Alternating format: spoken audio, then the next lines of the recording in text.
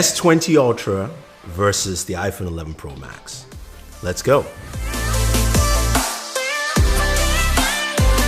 So the rumors are true. The S20 Ultra packs a ton of features. This device is a behemoth, but how does it stack up against the iPhone 11 Pro Max? We do know 11 Pro Max comes with a 6.5-inch display. That resolution, of course, is kind of funky.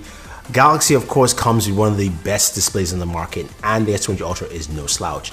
At 6.9 inches, it is a lovely display, 2K resolution. You've also got 120 Hz refresh rate, but that's at 1080p. Plus, this device itself has touch sampling of 240 Hz, so which means when you're gaming, like I will be, and you see that in our next video, this thing is truly smooth and amazing. Now, in terms of internals, this is powered by the Snapdragon 865 processor. We've seen that this processor can shoot in 8K, and yes, this device can. We'll get to that in a second. But the 865 processor promises a lot of fun features, especially for gaming. Now, the iPhone, of course, has the, a Bionic processors, which are really good. So I'm not going to compare those two because we know how they both stack up, and we're still yet to see how well the 865 performs. But in terms of internals, you're looking at 12 gigabytes of RAM starting, and the Ultra goes up to 16 gigabytes of RAM. But in terms of storage though, this is where it beats the iPhone. iPhone starts at 64. This starts at 128. Will go next level up to 512. And you can expand it with a 1 terabyte SD card because it still has an SD card slot in here. So that part is really cool. Now, when we flip devices to the back, this is where you guys are waiting for. Now, the iPhone has a triple camera setup. We know that. It looks pretty nice. It's 12 megapixels. And of course, now you can shoot with multiple cameras at the same time with that, of course, third-party app. But the iPhone is well known for its cameras taking great low light photos, as well as also video. Now, the S20 Ultra comes in with a triple camera setup. First, it has a 108 megapixel main sensor. This is a massive sensor in here. And this sensor gives you a ton of features. So the S20 Ultra gives you 3 times more low light capability than the S10 because, of course, of the nano binding of all the pixels. You've got multi-ISO composition. So there are a ton of things that it actually does. We'll have to see that when we do the camera test. This also has, of course, lossless zoom, 10x lossless zoom, and 100x zoom as well. So that is also there. You've also got an ultra wide camera, telephoto, all those things packed in together to make it truly insane. Again, we have to see that. Of course, this time there is also support for, of course, steady shot. But steady shot has been improved to support both axes, not just, y-axis, but x-axis as well. And this device also shoots at 8K. 8K 24 frames per second, and it shoots all cameras on the Galaxy S20, just like the iPhone 11 Pro Max shoots at 4K 60 frames per second.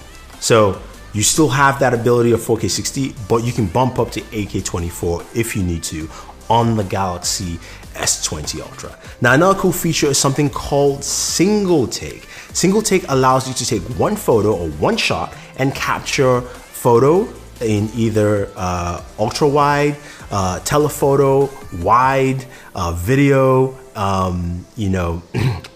basically taking shots in every single camera possibility you need. So you snap one shot, you can get a little video and an ultra wide at the same time and decide what you want to share on social media. I think that aspect is really cool. Now, you've also got a 5,000 milliamp battery in here compared to the 3,900 milliamp. Now, the iPhone battery life is pretty good, but this should really boost the Galaxy S20 Ultra up there. This, of course, supports 25-watt charging that Samsung has, or the 45-watt charger as well. Now, Samsung also has reverse wireless charging on those brand new Samsung Galaxy Buds Plus, so you can use it with that. The iPhone doesn't have any form of reverse wireless charging.